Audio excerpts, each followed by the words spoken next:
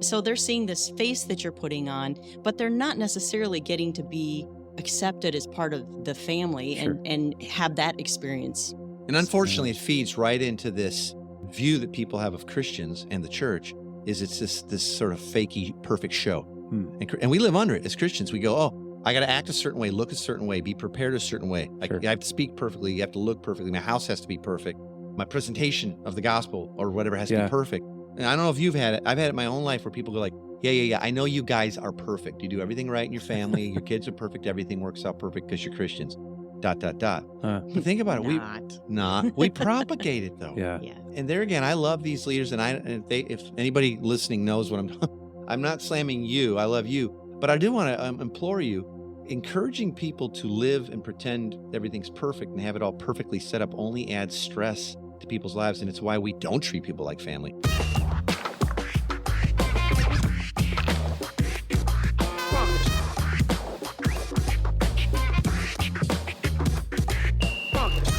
Welcome to the Everyday Disciple Podcast, where you'll learn how to live with greater intentionality and an integrated faith that naturally fits into every area of life. In other words, discipleship as a lifestyle. This is the stuff your parents, pastors, and seminary professors probably forgot to tell you.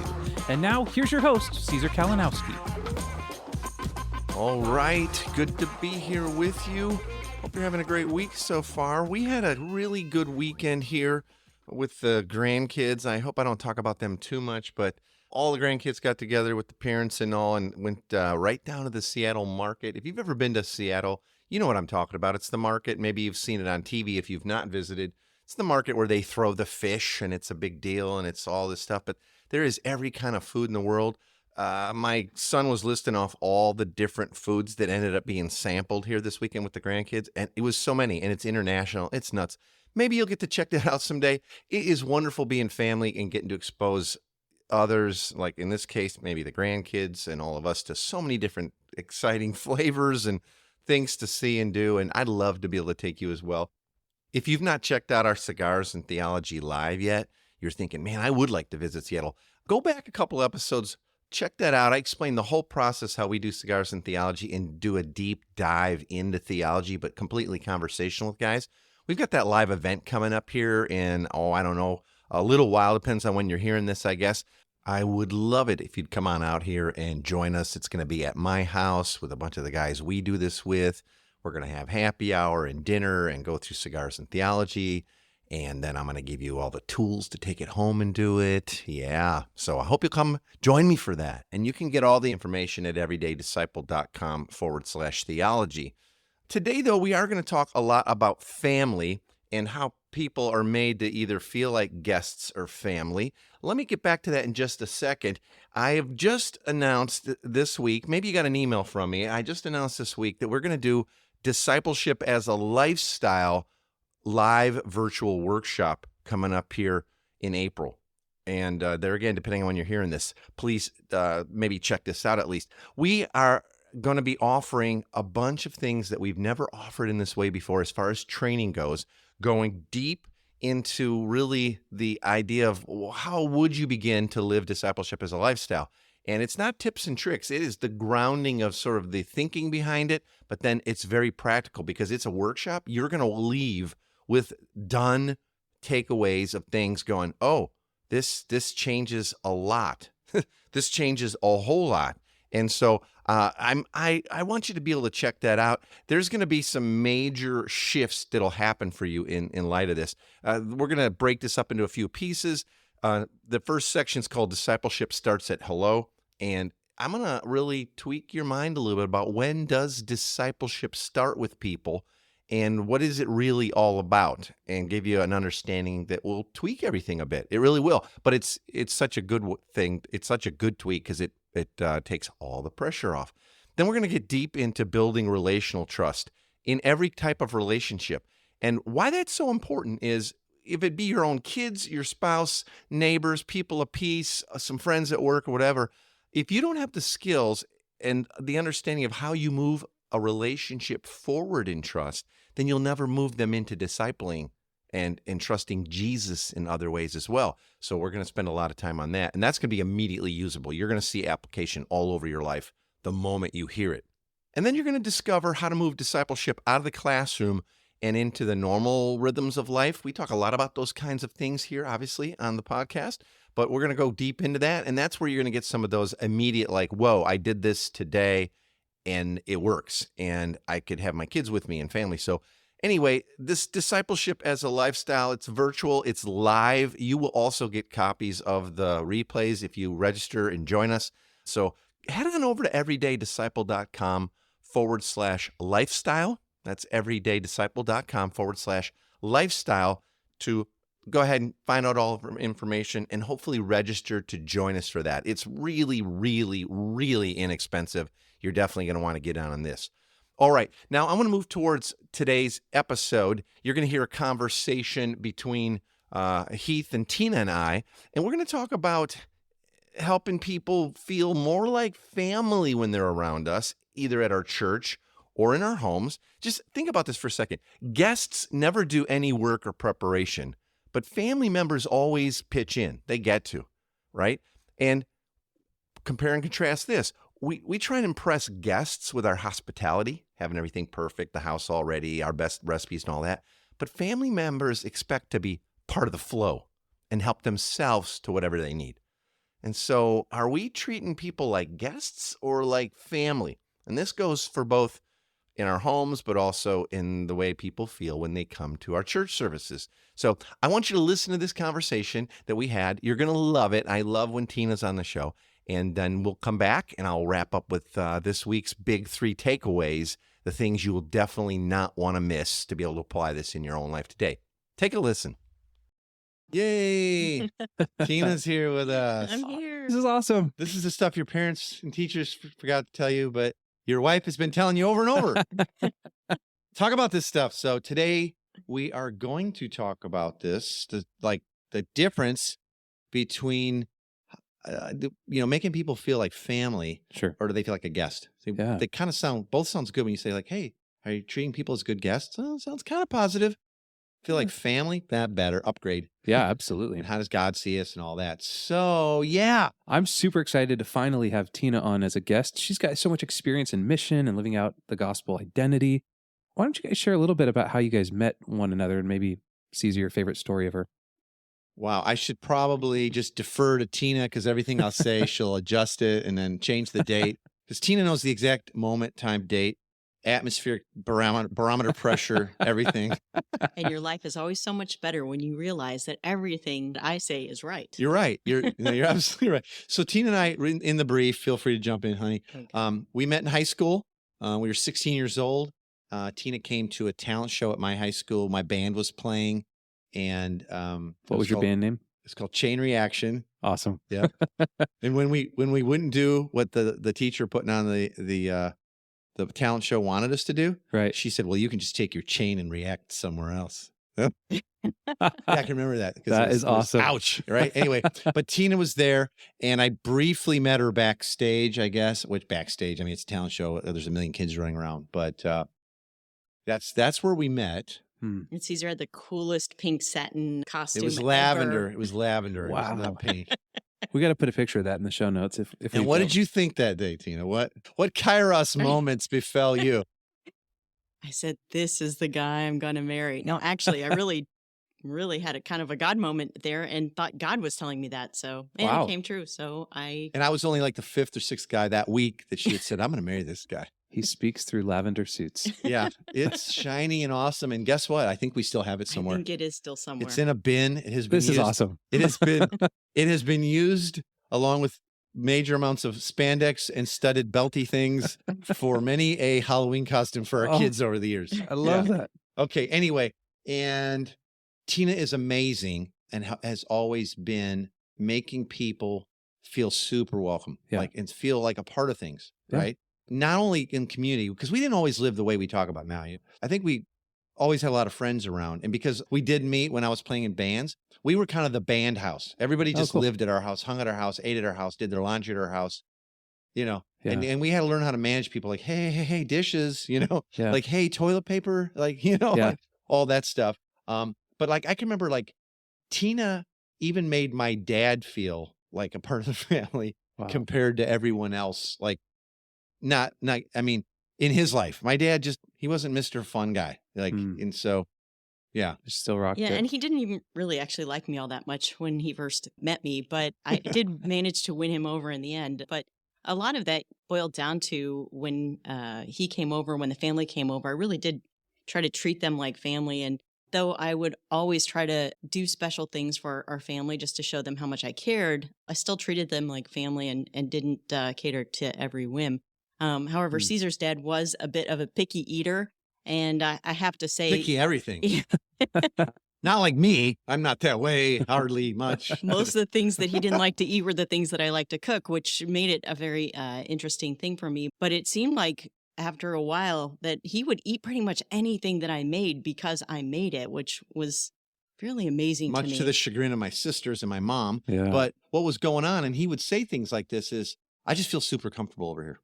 I just feel great around you guys. Like your family. I don't know. You know, I love all the kids. I love you all the same, but I just feel really comfortable here. And he did finally tell me, he's like, you don't treat me like a guest. You just treat me like family, which was pretty amazing. Because he Great was compliment, family, yeah. but see, my dad was always that outsider and kind Sure. of broken and, and didn't believe his identity and all that stuff. And even as a Christian years later, it still was like the way they had people over and even the way like we did family dinners at my folks' house. Sure. It was more like an assembly line, Okay. right? And kind of in and out and cleaned and gone, right? Yeah. So that was a big deal. And I'd pay attention to that kind of stuff. And yeah. And so that's early on. Yeah. But that kind of seeped also into then how we lived, Yeah. right? With others. Absolutely. Believers, So not believers. Yeah. let's talk about where you guys are at now, because you guys live in a really cool way. You have an open home. There's a bunch of regular traffic patterns you see, not only day to day, but week to week and month to month. Would you explain kind of what's it like being in a Kalinowski house? Well, there's we do have an open home. We live open home. Like we say, the door is always open. Sure. And you know this, Yeah. right? Yeah. Like just barge in. And you can go straight to the fridge. But I mean, we live in different seasons of life. We've had times where literally people are over almost all the time. Like any given day, loads of people through the house. The meal is expanding, finding chairs, folding chairs jammed around, And there's other times where it's more organized in the sense that folks are around more as things are planned than less. But that's one kind of grows the other. Sure. More of those intentional, organized things, like right now with our new neighbors, are leading to more organic interactions. Sure. And them just stopping over for whatever, drop something off, borrow something. Yep. I love it. Kid runs over. My dad wants to know if he can borrow a wine opener. Yeah. Totally. And here's a bottle of wine in case. Yeah. Like, right.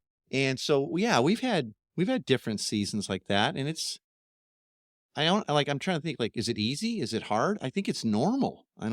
I think it's been normal for us. I'm not sure that it's necessarily so normal out in regular culture. It seems like our society these days, like you have to call before coming over. And if your doorbell rings, everybody freaks out.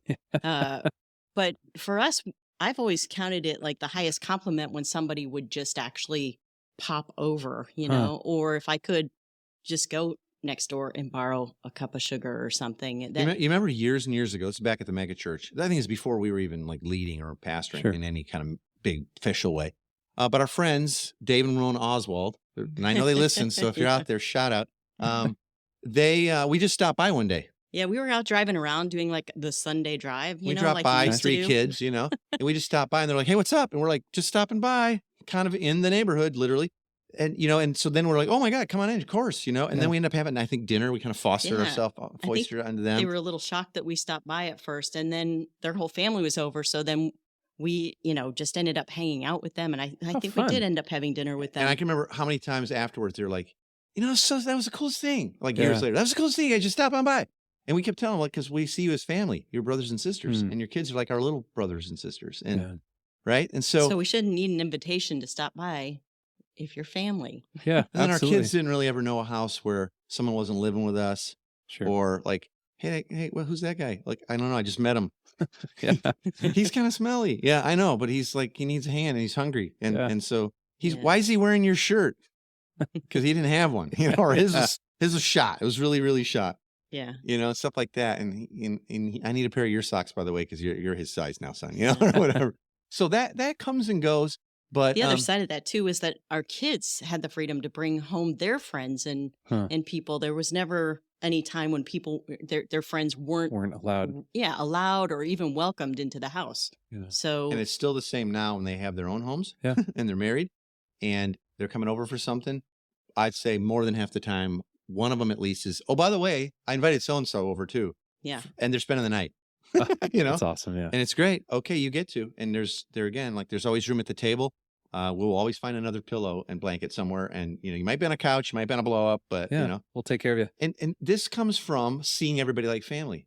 Huh. Like literally we ask people like if you and Kathleen and the kids like knocked on the door at 10 o'clock at night, it wouldn't be like, hey, what? Yeah. And if you said, you know what, our house burned down or our house flooded, they'd be like, well, you're staying here then. It Yeah. wouldn't be like a question like, Sure. oh, wow, sucks to be you. What are you going to do tonight? Yeah. And so when we start I'll be praying for you. be warm and well fed. Yeah. But when you start seeing everybody as family, Yeah. believers, not yet believers, when you start seeing others as image bearers created in God's image to be like you, in just as much need as us, and then thinking, whoa, must suck to have your basement flood or Sure. be homeless or in need or just hungry or nowhere to go on this holiday, Yeah. right? Or whatever. Then you start seeing them as family, then you start treating them as family. And believe it or not, when you treat people like family, Yeah. they feel more like family. Absolutely. It's actually leading. I was just thinking about the story with your dad and how he said, I don't feel like a guest. I feel like family. You guys often talk about the difference between treating people in your home like family instead of guests. Wouldn't we want to take care of our guests and make them feel comfortable when they're over? absolutely. And there's nothing wrong with serving people. The difference is when between treating people as guests and family is when you treat somebody as family, they have all access. Huh. They can root around in your refrigerator. They can search through the cupboards. And they know it and they feel comfortable too. Right, Hmm. right. It's that privilege and access into all the parts of your life, not just the shiny parts that you want to show them at this particular moment. It's actually doing life together. Yeah, it Like really with our is. son-in-law Daniel, like we knew he was really part of the family. And this happened pretty quick for him. With Kristen, is that he comes over and he just straight to the snack, shelf or Pork rinds. cupboard or straight to the fridge, and he's just making stuff. Huh. He doesn't even ask Yeah. Just 'Cause you know what? Sometimes I get a hug in advance. Sometimes it's just straight to the snack because bag. he doesn't have to. Now, Yeah. check this out. Just this week, preparing for this particular topic of like, are we making people feel like guests, like at our churches and our home, or like family? And what's that Hmm. difference? I got something from actually a really respected leader in the church and someone I really like and follow. But they sent out this article about like they had gone and learned some stuff from Disney, like Okay. some sort of Disney intensive on how Disney treats their guest. And they were comparing their Disney experience to their Sunday church services and suggesting ways to make your Sunday a lot more like Disney. Wow. Yeah, yikes. Right? And so like they had said something like they were quoting it said, certainly Disney found its purpose and the secret of its success in providing excellent service to customers and visitors and tourists. But because words have power to shape our attitudes and actions, they were never used to describe Disney's target audience. Instead of our guests were invited and wanted and welcome. Huh. And they said, what's the difference between treating someone like a visitor at your church and treating someone like a guest? And, I'm just like, wow. And I'm just like, That's I'm amazing. looking here, I'm glancing while we're talking, it says exceeding guests' expectation is Disney's service strategy. And that, and that's what ours needs to be at church. So friendly, helpful parking teams. That makes you feel like family. Yeah. Because you remember the last time you were at your mom's and the parking Yeah, team? my with the stepdad's orange out there with vest? some orange cones. Yeah. And you're like, hey, Ma, thanks for moving the orange cone. Getting you to and from the parking lot entrance successfully. Huh. Trash removal, beautiful landscaping maintenance. Yeah. This is the list, right? It's Team crazy. leaders visible, badged, and and everybody can tell. And I'm going like, oh man, they're not seeing that church service and experience as a family getting together. Yeah. There's no way they're not. And so that's why they could easily compare it to like, what we can learn from? Disney. And they're saying, don't treat people like visitors, treat them like guests.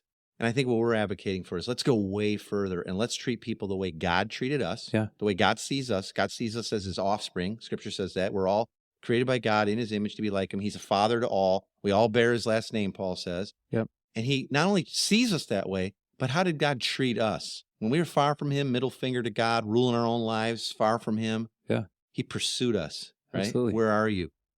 A place at the table, right? And I'm telling you, like, there is a huge difference when we see and treat people as family than when we treat them as guests. Yeah. Yeah. And I love Disney. I love their experience, the Disney, customer service and Sure. and guest experience. But you got to realize that is a completely consumeristic Sure. Built to get every attitude. dollar out of your pocket possible, so you'll come Exactly. back. It's not necessarily meant to make you feel like a part of a family. Yeah. So, That's- here's another thing they said in that email. Like, it was crazy. It says, what's the difference between treating someone like a visitor and treating them like a guest? It says, the obvious analogy is that we do things differently when we bring guests into our home. And we're saying, don't bring guests into your home. Yeah. Bring family. They say, we clean up the house. We dress up. We put on the show. We prepare something special. We host them. We take care of all their needs. Huh. I'm like, that's not what I do with family. Yeah. I don't dress up special. Like, Yeah. seriously, do you? I mean, like, Never. I don't want to tell people, hey, when you're doing life in community, when your kids come over, when your brothers and sisters are hanging out, make sure your hair's done right. Make sure you got your best clothes on. Yeah. Make sure the house is perfect. Make sure it's all laid out and everything's Sure. prepped. Make sure, they don't have to do a darn thing. Yeah. Don't let them stick around and help clean up. Oh my God. They're guests, right? Yeah. And all of that really just creates like a very false environment where Yeah. people aren't getting to know the real you Yep. or your family for that matter. They are seeing this Disney's make believe. Let's face. remember that. It's make believe. It is make believe. And so they're seeing this face that you're putting on, but they're not necessarily getting to be accepted as part of the family Sure. and have that experience. And unfortunately, it feeds right into this view that people have of Christians and the church is it's this sort of fakey, perfect show. And we live under it as Christians. We go, oh, I got to act a certain way, look a certain way, be prepared a certain way. Like, Sure. I have to speak perfectly. You have to look perfectly. My house has to be perfect. My presentation of the gospel or whatever has to Yeah. be perfect. And I don't know if you've had it. I've had it in my own life where people go like, yeah. I know you guys are perfect. You do everything right in your family. Your kids are perfect. Everything works out perfect because you're Christians. ... But think about it. We propagate it though. Yeah. Yeah. And there again, I love these leaders, and if anybody listening knows what I'm not slamming you. I love you, but I do want to implore you, encouraging people to live and pretend everything's perfect and have it all perfectly set up only adds stress to people's lives, and it's why we don't treat people like family. Yeah. Because we think it is a show. Well, and then It's not. you spent 20 years getting to know somebody and you don't know them because you've only known the perfected version of who That's they are. it. They come in, they sit Right. down, they're afraid to, they're like, yeah, we sit in your front room. You can tell no one ever sits in here except Yeah. during Bible study. And I was afraid to, you were really clear about getting shoes off, and golly, you have white furniture and white couch and a glass table, Yeah. a coffee table. I was afraid to death, Yeah. that I was going to blemish something. But then I was noticing with all the pomp and circumstance, everything was served on paper plates and plastic. Huh. Paper cups for coffee, nasty. Coffee tastes like crud, Like if you're so worried about putting on the show, could I have a real cup? You Yeah, know? an actual How about a fork. fork? Yeah. That's amazing. The sad part is you're really projecting a very false image of Yeah. who you are and who your family is. And you're making them feel like that they have to live up to it. Yeah. Which And is unfair. subtly, that's what God wants and expects from you, Yeah. right? Or Yeah. not so subtly. I mean, we've had it. People, our family and friends used to walk around in eggshells around us. And it was our fault. But some of it was what we drug home from Sure. the church service. And then later on, when we both worked on staff, Yeah. everything had to be, it was all about perfection and Sure. excellence. And I actually think you should if you're going to do something, do it Do it well. well, Do as yeah. best you can. But the ethos and the attitude behind how you treat people, and when they're in your home or even at your church service, there's a big difference if you want them to feel like a guest Yeah. or feel like family. Yeah. What are some ways that you guys would suggest that we can treat people like family both in our homes and in our churches? Okay, so let's start out with the homes. Huh? Yeah. Okay. So the very, very first thing I have to tell everybody, and this, 90% of the women I know just cringe when they hear this, but don't worry about having a spotless home. When people come over, what your home looks like is what your home looks like. And it's okay to let them into the messiness and the realness of your home. Yeah, Love you don't that. want to project that perfection's required to enter here. Yeah. Yeah, Right? or you can't touch anything, or if you touch something and move it, the whole house is going to fall apart. Yeah. Oh man. I think I've I shared had that before. season even with my kids. Like when we'd have neighbors over and stuff, it was like, God, Yeah. clean the house. It needs to be perfect. Why? And Yeah. you start seeing things that haven't been cleaned for And a on the month opposite's true. I think I shared this story before on Life School of a couple we knew. They're like, no. We don't have anybody with kids over. I'm like, well, why not? You got a great house and yard. And they're like, look at all our stuff. We spent a lifetime collecting this stuff. It's our favorite stuff. What if It's they break all it? going to end up in a garage sale one day. Right. So Mhm. invite people into the normal mess of your family normality in life. Love it. It's okay. It really is. I've never, ever heard anybody go like, there was a little bit of like milk spilled on the chair, or Yeah. like there was a little tear in that. Yeah. I saw a dust bunny. Like no one's. Yeah, no one's doing that. No, in fact, the more likely response is like, "Whew, she's got dust bunnies too." Yeah, that's right.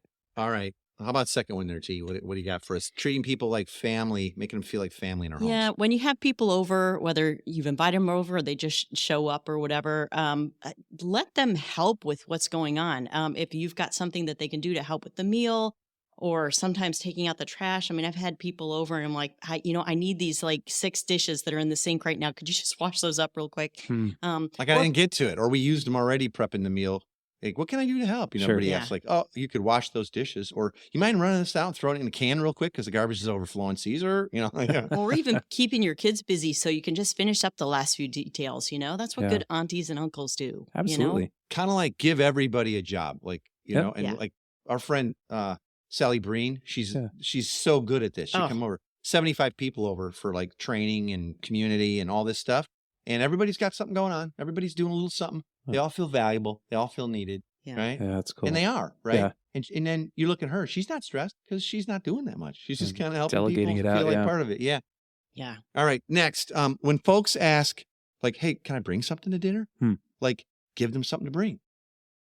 Instead of saying, no, I got it. It's all taken care of. Yeah. Right. Yeah. And I love this because I'm a little bit of a control freak when it comes to the like meals and stuff. And I always want to make sure I have everything. Sure. And so sometimes I don't want to ask people to bring stuff because what if they don't come or don't come on time or, don't have it. And so sometimes I will ask them, to go ahead and bring stuff and just have some backup just in case. Yeah. Maybe you bought it, but that's yeah. okay. You got salad. Let them bring salad. Because Yeah. you don't want them feeling like I'm not really needed in Yeah. this. Right. Let them be part of it. Yeah. Yeah, right. And that lets them have a part of it. They're going to bring something anyways, what I found. If you go like, Yeah. no, I don't need nothing, they'll just bring some wine. Hmm. And that's okay, right?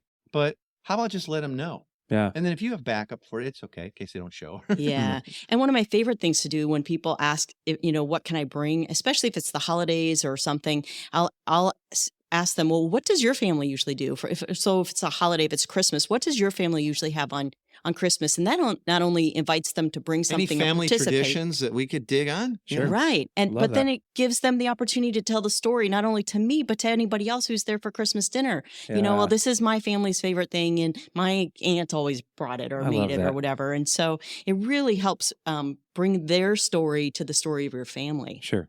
All right. Next one is, and for some of you, this can be super hard, but I'm telling you, let or even ask people, everyone, in fact, to help clean up afterwards. Yep. You're having a You made the party, mess. you're having a hangout, a study, Mitchell community's over doing whatever, game, Super Bowl party, whatever, birthday party.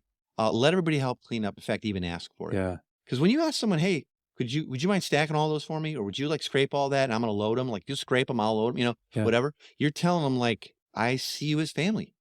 Hmm. And I'm telling you, it works. Like, Sometimes we've even actually come out and said that. Now, you guys are all family here. You're all part of our family. This is Team K. We're all family together.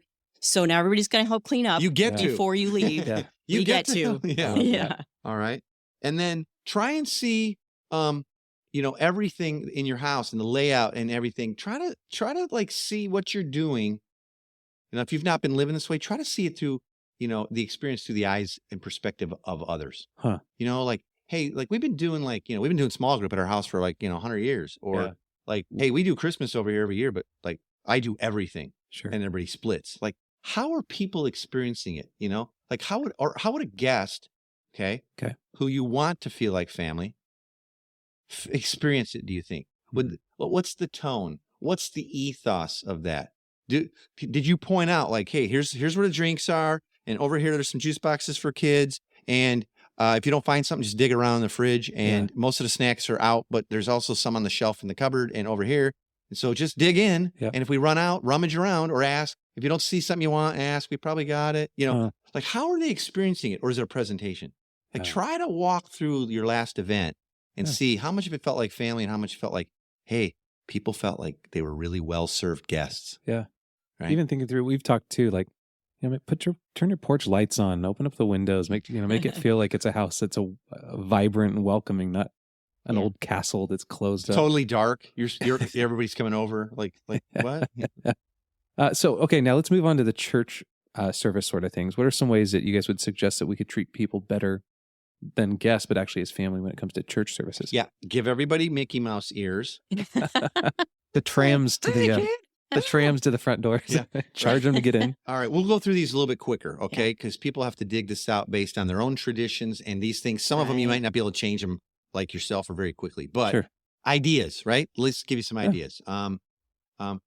First, let's start out with this. Are you helping your church see themselves as a family and believing their identity as brothers and sisters because they have the same dad in heaven who sent a son, Jesus, Mhm. right? To Yeah. take a bride, have many offspring. If they don't believe their identity as family, then they won't treat one another like family, even when they show up at the family reunion, Sure. quote unquote, on Sundays, right? Yeah. And start with the language even, language really creates ethos. Yeah. And so telling, talking to everybody, saying brother and sister, or hey family, we're glad you're here this week or Yeah. today, or that really is going to start setting the tone Yeah. right off the bat. How often do people hear this at a church service? Now, if you're a first-time visitor here with us, then you're under no obligation to give. Huh. Hey, if you're a guest here, would you just raise your hand? If you're a guest, would you just go ahead and you just raise your hand for a second. We're going to pass a card to the center. Sure. And so, not only do we single people out, which would be Yeah. weird in family life, but we also name them as they're not really part of us. Sure. Ooh, That's language tough. is important. Are the folks in your church helping others feel like family and familiar to things? And how do they normally treat family when they meet family at home? Are they treating people that way on Sunday, or are they completely in different mode? Is that making sense? Yeah. Like, are we helping people see people when they show up as their family members? Or is it like, I'm trying to get to a good seat. I got to get my kids to the nursery Sure. and drop them off at Greenhouse or whatever it's called, Little Yeah. Sprouts. And then, right? So, or is that someone's job? Is that assigned to a special greeter with a Oh. badge and there's a hierarchy? I remember my dad made like head usher. He was stoked, Oh, that's awesome. highest calling ever, right? Right? He'd love to ush. He loved to ush. My father could ush the heck out of you. Think about this. You're at your house. You're having a meal. Maybe it's a holiday meal. And then you notice someone floating around the living room or sitting at your dining room table and you've never met them before. Sure. What would you do? Go over and engage conversation. You wouldn't be like, oh, I hope someone else talks to that guy. Yeah. Well, what's he doing here? Like, Yeah. is that the pizza Yeah. delivery guy? Yeah. Right? So you would, of course, engage people. And Sure. we've had, heck, man, not too a few weeks back at Cigar and Theology, you were over. Yeah. A whole bunch of new people coming Yeah. over. And I remember having to right away go, hey, brother, so welcome. Like, Yeah. glad you're here tonight. How are you here? Be Like, part I'm of it. friends with so-and-so. Great, man. Welcome. Are you hungry? Can I get you? Yep. Let me show you where some stuff is. Feel free, right? Like Yeah. anytime. If you want to eat now, eat later. I don't care. Here it is. When you're hungry, help yourself. And when You would- that's the atmosphere, it so quickly feels like family. I mean, within 5 minutes, we're into each other's life stories. It's like, hey, I'm going to go grab a beer. Do you want one? I mean, there's I'm going in and anybody need Yeah. refills. Like, right. absolutely. And so like carry that over to like the church service on Sunday. If you see someone at your church service and this is supposed to be a family gathering, we all nod, yeah, that family, we're a family. Mhm. Then you'd talk to everybody. You wouldn't leave it up to a special person's job, Sure. right? Like you wouldn't. Yeah. So, but maybe you need to teach on this as a church. Maybe you need to have a rotational like missional community or small groups. So like, hey, this missional community is handling it first week of the Sure. month, and this one's that, but their job is helping people feel like family. Hey, here's where we put our coats. Let me help you out with that. Don't just take it and whatever, give them a number like at Bellhop or whatever. You're like, let me show you that. Yep. Hey, where's the kids? Like, do you have a place for our kids during the? Yeah, we totally do. And if they dig it, that's cool. If not, they can hang with you. Let me show you where that's at versus pointing and hoping. Or all Sure. that kind of stuff. Like, Yeah. what if you, instead of like having a special department of volunteers helping guests feel a certain way, family members treated others like family and helped them have a killer experience. Yeah. And then what are you doing afterwards? Because we get hungry and we want to eat. And what's weird is churches will say, they'll do surveys and ask people, number one retention thing? Someone invited me out afterwards. Yeah. Oh, you mean like a family member? Yeah. That's how you treat people. Right. Yeah. Right. Mm-hmm. Love that. How about another one, T, for making Sundays church services feel like Yeah. family more like than guests? If we say that we're family, then we also need to have a space that reflects the family, which means that, you know, your service area or your space that you're gathering in, Where you meet. where they walk into. shouldn't feel Sure. like a college lecture hall or, you know, some sort of, you know, Like a show's about to happen. show. Yeah. Right. It really should feel more like a family living room or family room, you know, an area that's comfortable, that lends itself to talking to the people around you, not just like sitting and staring at the person's head in front of you. Yeah. I'm really so not a fan of pews. I understand the liturgy of that, but it just doesn't lend itself to creating any kind of family atmosphere. Sure. Even stuff like, do you have, and are you telling people, hey, there's coffee back here in the corner. And, you know, if you at any time want to get up and, you know, get a refill or whatever, you just feel free. If you need to stretch your legs or whatever, stand up. It's okay because it's just a family here. We're just gathering. Is there food? You know, is there Yeah. snacks? Why not? That's what a family does. Yeah, my absolutely. family never, I'm a capital N it, you know, never Yeah. gets together where there's not food and drinks. One of the few times that we can actually say something with an absolute is that there is always food So in like, if any your church says, family well, we do event. food, like, well, how often? Do you do it every week? Yeah. Why not? Right. And if it's family, is it the cheapest, you know, most disposable way of doing it that you know what I mean? Yeah. Right. So I know right now some people are listening like, well, sorry, but our building is set up like for a show and it's never going to be any different. And we get a lot of people coming. So that's why it's a matter of efficiency. Well, you know what? You know what I say to that? I say, if you were in the business of you're like a contractor and you're building homes and you go like, yeah, but I own a 2-seater. You know, my car's a 2-seater. Just is, you know, I guess I'm stuck with it. How do you haul lumber? How do you pick up stuff and supplies and sheets of plywood and drywall? Like, guess what you'd do? You'd change it. Yeah. Over time, you'd figure out a way. You'd get a different vehicle. And so if your vehicle is just, and I know a lot of people, it's like, no, our building kills community. Sure. Mhm. You know what? Pray, change it. How about color? How about seating, lighting, Yeah. the tone, the language feel you of it, yeah. use, all of that, right? Yeah. And then there again, just like we said with the house, try and see the experience of what people are coming when they walk in that door or drive in through the eyes of a person is a brand new family member. Are they feeling like family? Yeah. Or are they coming to a show and they're shuttled around and no one's really talking to them except the people are supposed to, and maybe Sure. not even that. And then here's a program. I never handed out a program at Thanksgiving in my house ever, you know? Yeah. Yeah. A lot of crazy. people like it. Well, yeah. Okay. They like it for the show because I like to know who's up next, you know, but But Anyway. they're When they're definitely going to feel more comfortable if somebody's taken the time to say, hey, here's the coffee, you know, and just feel Absolutely. free to help yourself. But the last part of that, too, is I want to say if God didn't plan to include food and stuff, he probably wouldn't made communion take place during the course of a meal. And I think that really speaks something to his heart key. about our family and what we're called to do and how we're called to come together and remember him, which is really what we're doing at these gatherings, right? Absolutely. So if we're not creating that same type of environment or excluding that completely, then I think we have to really think about what we're actually doing. And Historical accomplishing. note, the early church, we don't have a lot of evidence of what they did when they gathered. The one thing we know for sure was central was they took communion together. They had a full meal. It wasn't like 2 plastic cups, one stacked on top of the other, boom, bag passed down the aisle. It wasn't any of that. It wasn't once every other month. It wasn't quarterly. It was central and it was a meal. It was always. Yeah. Think about it. Jesus could have done anything. He seriously could have pointed out and said, you see, when you see that rock, you just remember like, I'm never changing. And my love for you is never going to change. And you see that tree, I'm about life. It's always growing and it produces new life and seeds, right? He could have picked a million things. He picked a meal. And yet we've all but moved meals completely out of our Sunday experience. Yeah. And even when we do the very thing, the common union, the communion that he said, this is a meal, it's not a meal anymore. At best, it's a walking up in line and grabbing a shard of bread and dipping it in something. Yeah. I don't know. You Not know, even good bread. like, let's have a meal like we get to, right? Anyway, as always, I want to leave you with the big 3 takeaways from today's topic. This is going to be hard to condense down to 3 things, but I think I got you here. Now, if nothing else, I don't want you to miss these 3 things. And by the way, as always, you can get a printable PDF of this week's Big 3 as a free download. All you have to do is go to everydaydisciple.com/big3. Here's the first one. Remember, God sees every other person on earth as his kids and part of his family too. Yeah. And he wants us to see people that way. So that makes them all brothers and sisters. And some of his kids we know are far from him, or they don't know him or trust him yet.